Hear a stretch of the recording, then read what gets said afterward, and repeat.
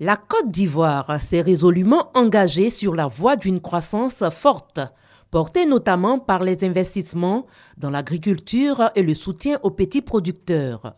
Dans cette optique, plusieurs projets agricoles ont vu le jour. C'est le cas du projet sud-coréen Simol Ndong, dont la phase pilote a été expérimentée dans 2 villages de Yamoussoukro.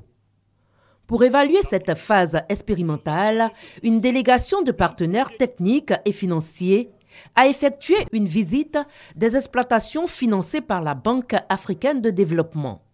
Première escale à 12 km de Yamoussoukro, dans le village de Mbekro, où des jeunes ont bénéficié de ce projet. Avec ce projet, on a construit un centre de santé, une école, on a construit un logement et on a fait un barrage.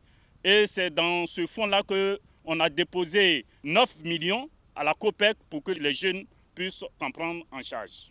L'un d'eux, Kwasi Ngoran, est producteur de tomates. Il a vu son rêve se réaliser. Ça me fait 2 ans que j'ai reçu les 200 000. Aujourd'hui, je fais une superficie de 3 000 m². Je récolte 9 tonnes. J'emploie 4 jeunes qui sont payés à 30 000 francs dans le mois. Aujourd'hui, ma vie a changé. Je dis aux jeunes de se mettre au travail. Car c'est le travail qui peut faire avancer la Côte d'Ivoire. Même village et notre décor. Les membres de la coopérative des tisserands de pagne traditionnels sont unanimes sur l'amélioration de leurs conditions de vie grâce à ce projet. On travaille en groupe. Quand il s'en va vendre là, quand il vient là, donc on met dans notre caisse. Et puis le bénéfice, on prend aussi pour travailler. On a pris 500 000, donc on a remboursé 700 000.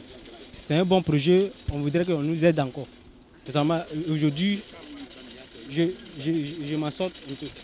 La délégation s'est ensuite rendue dans la sous-préfecture de Lolobo pour rencontrer la coopérative des productrices de manioc.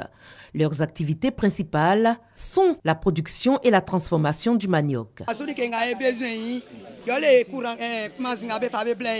Au départ, à la naissance du groupement, il y avait des difficultés. Maintenant, ces difficultés sont en train d'être levées, donc elles reprennent maintenant en force. Donc c'est pour dire qu'aujourd'hui, lorsque le groupement vend la production d'un membre, il y a une quote-part qui revient à la caisse du groupement. Ce qui fait que d'ici quelque peu, elle peut peut-être s'autosuffire. Sur le terrain, c'est la NADER qui accompagne ses producteurs dans la mise en œuvre des différents projets. Ce que vous avez vu à Mbekro, c'est un partenariat entre la NADER et la KRC, la coopération coréenne, qui a voulu que la BAD porte son processus de développement et qu'on puisse aussi l'étendre à la Côte d'Ivoire. Ce que nous avons voulu montrer ici à Lolobo, c'est qu'avec le manioc, aujourd'hui, le manioc est en train de devenir une culture de rente. Et dans sa transformation, on a mis en place tout un ensemble de plateformes de chaînes de valeur et de plateformes dans lesquelles tous les opérateurs interviennent pour que les intérêts des uns et des autres puissent aussi être protégés et qu'ensemble on puisse monter à l'échelle. Parce qu'aujourd'hui, la tchéké est consommée par pratiquement tout le monde entier.